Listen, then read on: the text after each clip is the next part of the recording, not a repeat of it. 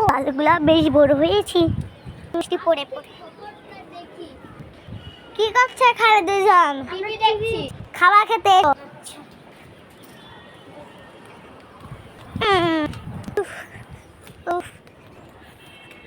পড়ে যাবা পড়ে যাবা।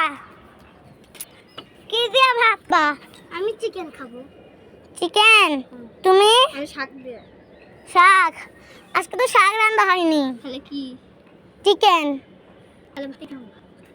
এই দাও শাক রান্না হয়েছে।